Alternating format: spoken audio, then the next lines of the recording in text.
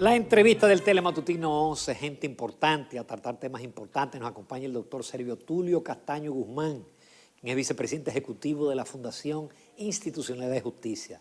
Encantado, Servio Tulio, de comenzar la semana contigo. Buenos días.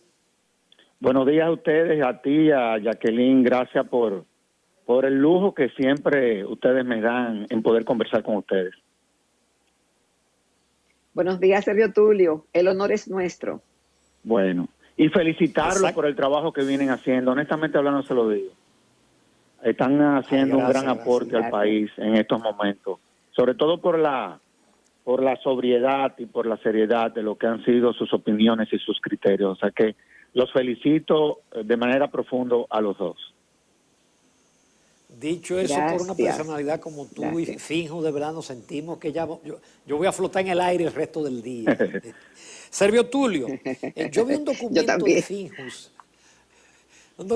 de Finjus muy reciente, en el cual dice, es urgente la coordinación y planificación conjunta entre todos los actores políticos y sociales.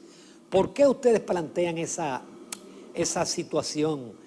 La entendemos, pero ¿qué objetivos piensan ustedes que se puede lograr en Finjus con esta coordinación? Yo creo que esa coordinación, a fin de cuentas, se va a dar y se va a dar muy rápido. Se va a dar porque nosotros estamos, literalmente hablando, en medio de una transición.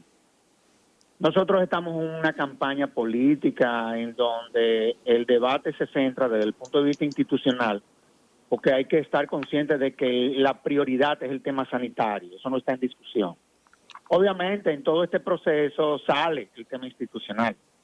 Y evidentemente de que se requiere, y yo esperaba en el discurso del presidente del viernes que eso era lo que él iba a anunciar, que iba a convocar a los principales partidos de oposición y sectores emblemáticos de la sociedad a los fines de compartir algunas ideas en torno a cuáles son las políticas que se están implementando, las que se implementarán. ¿Por qué?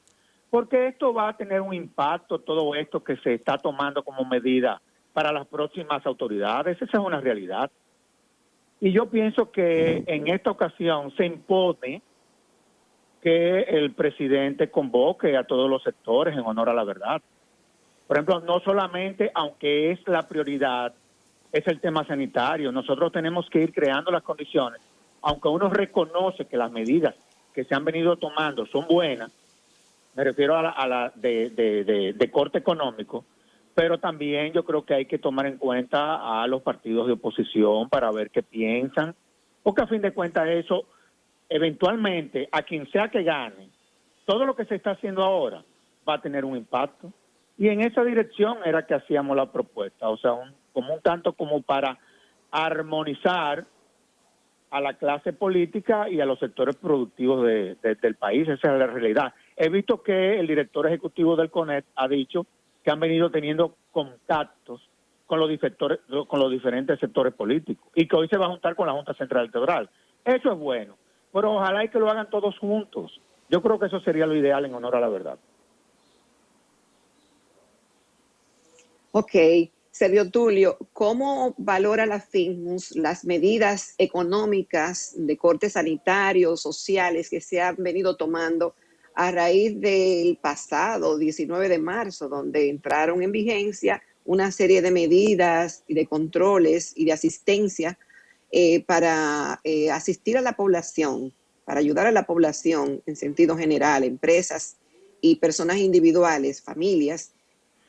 Mira, con relación a eso, han habido, por ejemplo, medidas que han sido aplaudidas, otras que desde la sociedad se han entendido que no son suficientes, como es todo lo que tiene que ver con los horarios.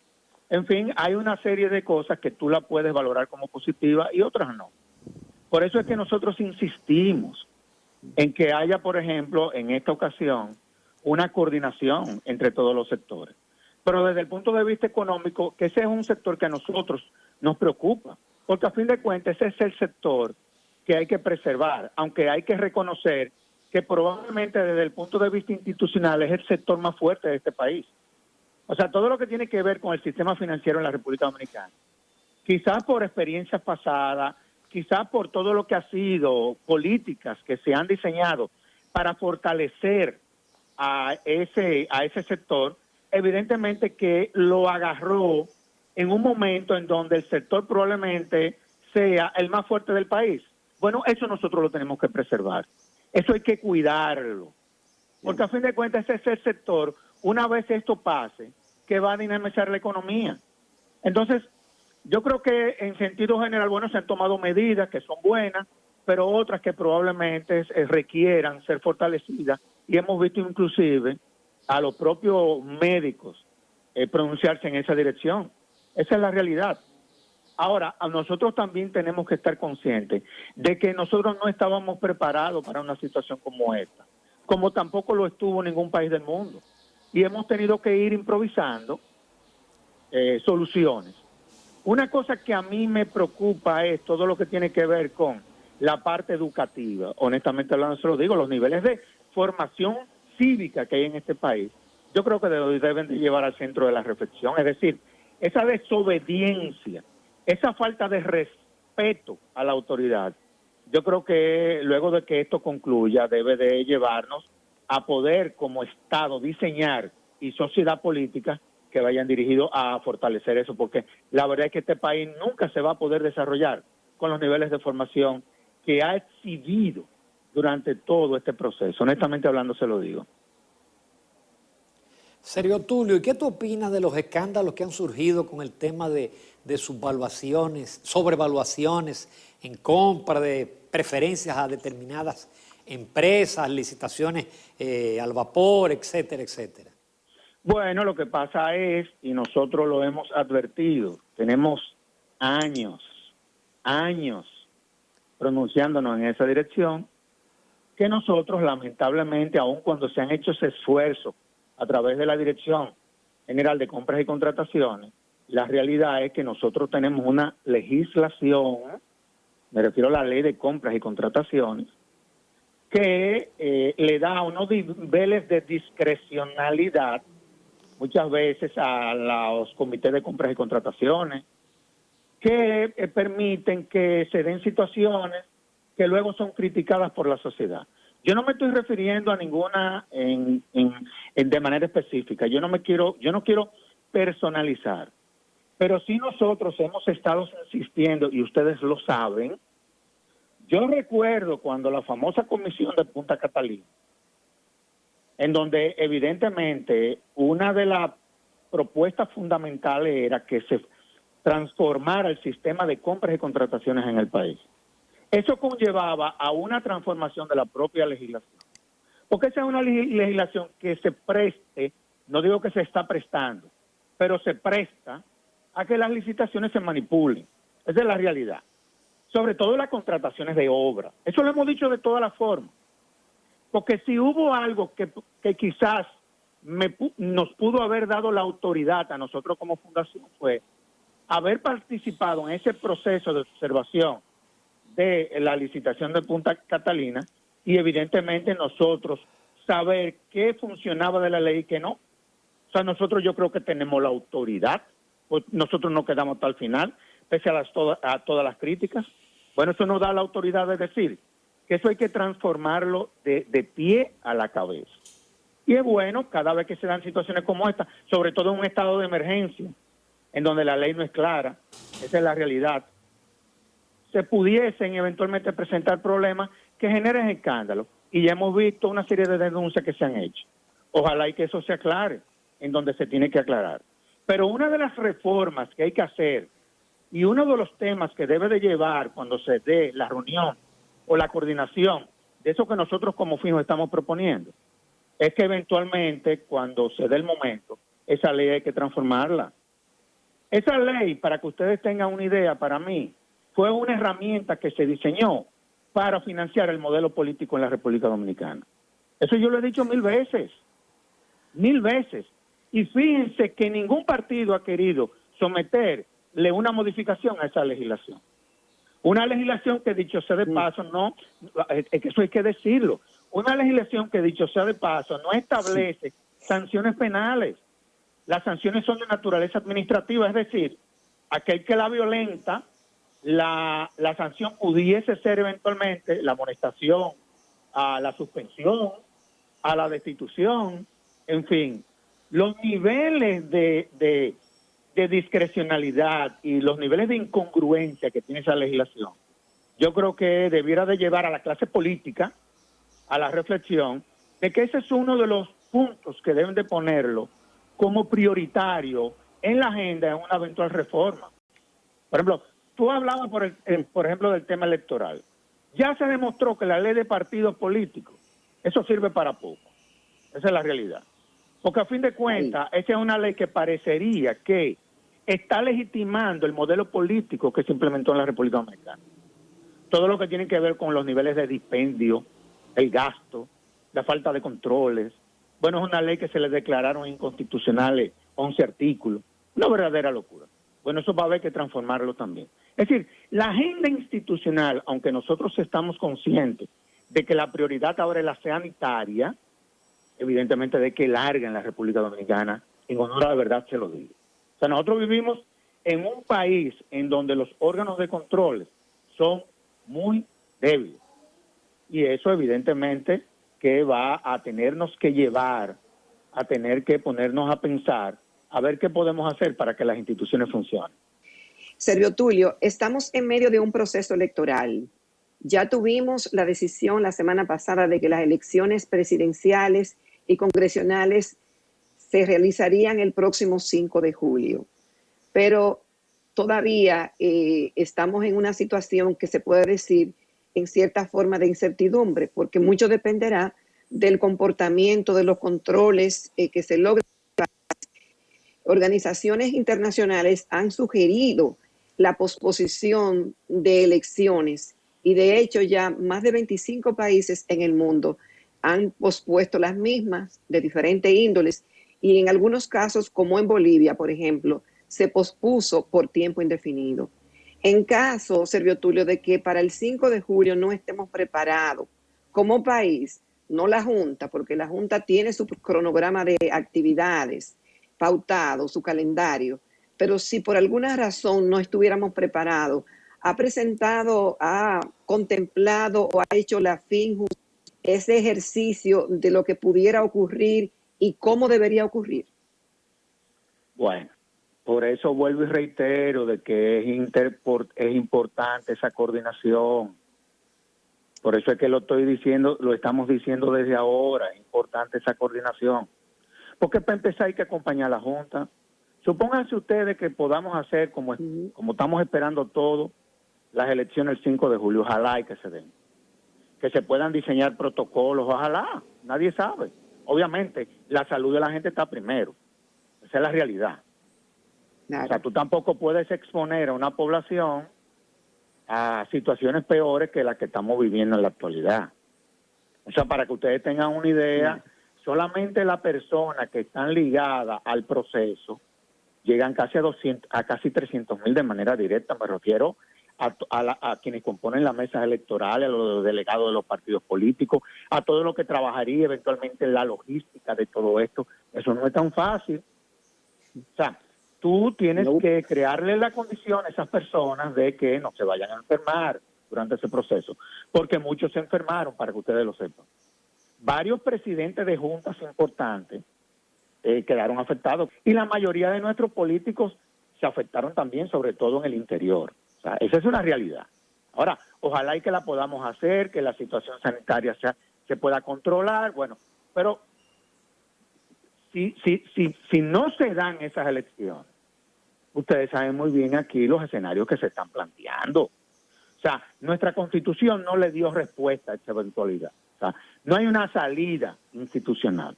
Y evidentemente que eventualmente la salida tendría que ser política. Tendría que ser política.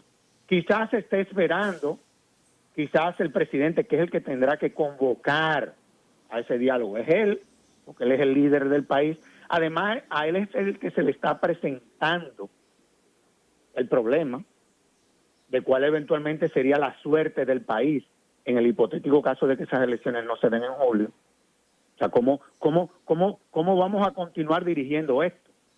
Evidentemente la Constitución no dio. Hay muchísimas interpretaciones tú lees a todo lo que nos gusta el derecho público, cada quien con una visión muchas veces diferente, aunque con fundamento, pero son criterios, pero no hay una real efectivamente. Eso nunca se contempló. Entonces, ahí es que está el dato. Por ejemplo, yo iba hablando de que el que va entonces, cuando el presidente Medina concluye el 16 de agosto, el presidente de la Suprema Corte de Justicia. Pero que el presidente de la Suprema Corte de Justicia se reserva para que ocupe la presidencia en caso de falta del presidente y el vicepresidente dentro de un periodo. Pues sucede que este periodo concluirá. O sea, ya eso hay que descartarlo. Entonces, son situaciones que hay que hablar, que hay que debatir, que hay que conversar. Obviamente, yo pienso que no es el momento, quizás sea más adelante. Obviamente, el momento impone que lo que podamos poner sobre la mesa sean otros temas. Por ejemplo, ¿qué rol está jugando el Congreso en la actualidad? Porque cuando tú estableces un estado de emergencia, y le digo no como un reclamo de la Fundación, yo no estoy cuestionando nada, porque este es un momento en donde tú tienes que tener la delicadeza, porque estamos en un momento delicado como nación. Pero el Congreso, que es el que controla el administrador, ¿cuál es su rol que está jugando en este proceso como dispone la Constitución?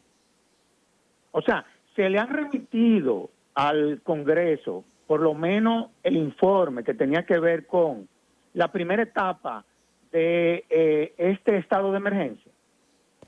O sea, cómo se dispusieron los gastos, hacia dónde fueron dirigidos los recursos. Eso es lo que la Constitución establece. ¿El Congreso está jugando su rol? Eso habría que verlo, no lo sabemos. Eso nadie lo sabe. Entonces, ahí es donde uno como que no entiende muchas veces. Porque a fin de cuentas un estado de emergencia no es un cheque en blanco. Eso no es un cheque en blanco. Un estado de emergencia lo que pone es al presidente a tener que tomar una serie de medidas que van más allá que la que como atribución él tiene. Pero eso no es un cheque en blanco. Eso está sometido a órganos de controles, en fin. No estoy diciendo ni estoy reclamando eso. Estoy preguntando, eso se está haciendo, porque eso es lo que la Constitución manda. Y nosotros lo decíamos desde un principio. Entonces, son tantas cosas. Por ejemplo, miren, aquí hay un tema que la Junta con los partidos políticos se va a tener que sentar. El voto en el Aun exterior. cuando las elecciones se celebren el 5 de julio, aún. Es el tema del voto en el exterior. Es el tema del voto en el exterior. ¿Qué vamos a hacer? ¿Qué vamos a hacer? ¿Cuál va a ser la salida que se le va a buscar a esto? ¿Por qué? Porque ya hay países, sobre todo donde tenemos más dominicanos con capacidad de ejercer el voto en el extranjero, me refiero a España, Italia y los Estados Unidos. Esos países ya le comunicaron a la Cancillería que cualquier proceso electoral en su territorio, eso ellos no lo van a permitir de conformidad a la modalidad que establece la ley nuestra. Ellos solamente han dicho, eso tiene que ser vía correspondencia, y oigan, mejor ni hablemos de esa mala palabra, o vía electrónica. Y eso la ley dominicana, la electrónica, olvidémonos de eso. Eso fracasó. Pero la de por vía de correspondencia, eso no lo contempla la ley. Es que son muchas cosas. Entonces, yo sé que el problema sanitario es importante, yo lo sé. Y es la prioridad. Y es lo que tenemos que concentrar todos los esfuerzos. Pero también tenemos que poner a pensar, por lo menos. Por ejemplo, la fundación, como eso es lo que ella hace, eso es lo que nosotros estamos haciendo. Advirtiendo todas esas situaciones. Advirtiendo todas esas situaciones a los fines de que vayamos construyendo el consenso para que no se nos creen crisis innecesarias, sobre todo, y eso es doloroso decirlo, sobre todo para la Junta Central Electoral, que está muy débil institucionalmente. Por ejemplo, la Junta tomó una medida la semana pasada en la dirección de informática, pero la mayoría de la clase política entiende, con razón, que eso no es suficiente. Entonces, hay muchas cosas que hay que debatir, que hay que conversar y que ojalá y que lo hagamos juntos en honor a la verdad, se lo digo, señores. Porque nos van a evitar Muy bien. muchos inconvenientes. Sergio Tulio, que apenas se nos ha agotado el De tiempo, acuerdo. pero yo creo que son magníficos tus argumentos, ojalá te escuchen. El país tiene que dialogar. Te agradecemos como en todo lo que vale tu participación, especialmente comenzando la semana. Muchísimas gracias, Sergio Tulio. Gracias, Ramón. Gracias, Un fuerte Sergio. abrazo, Jacqueline.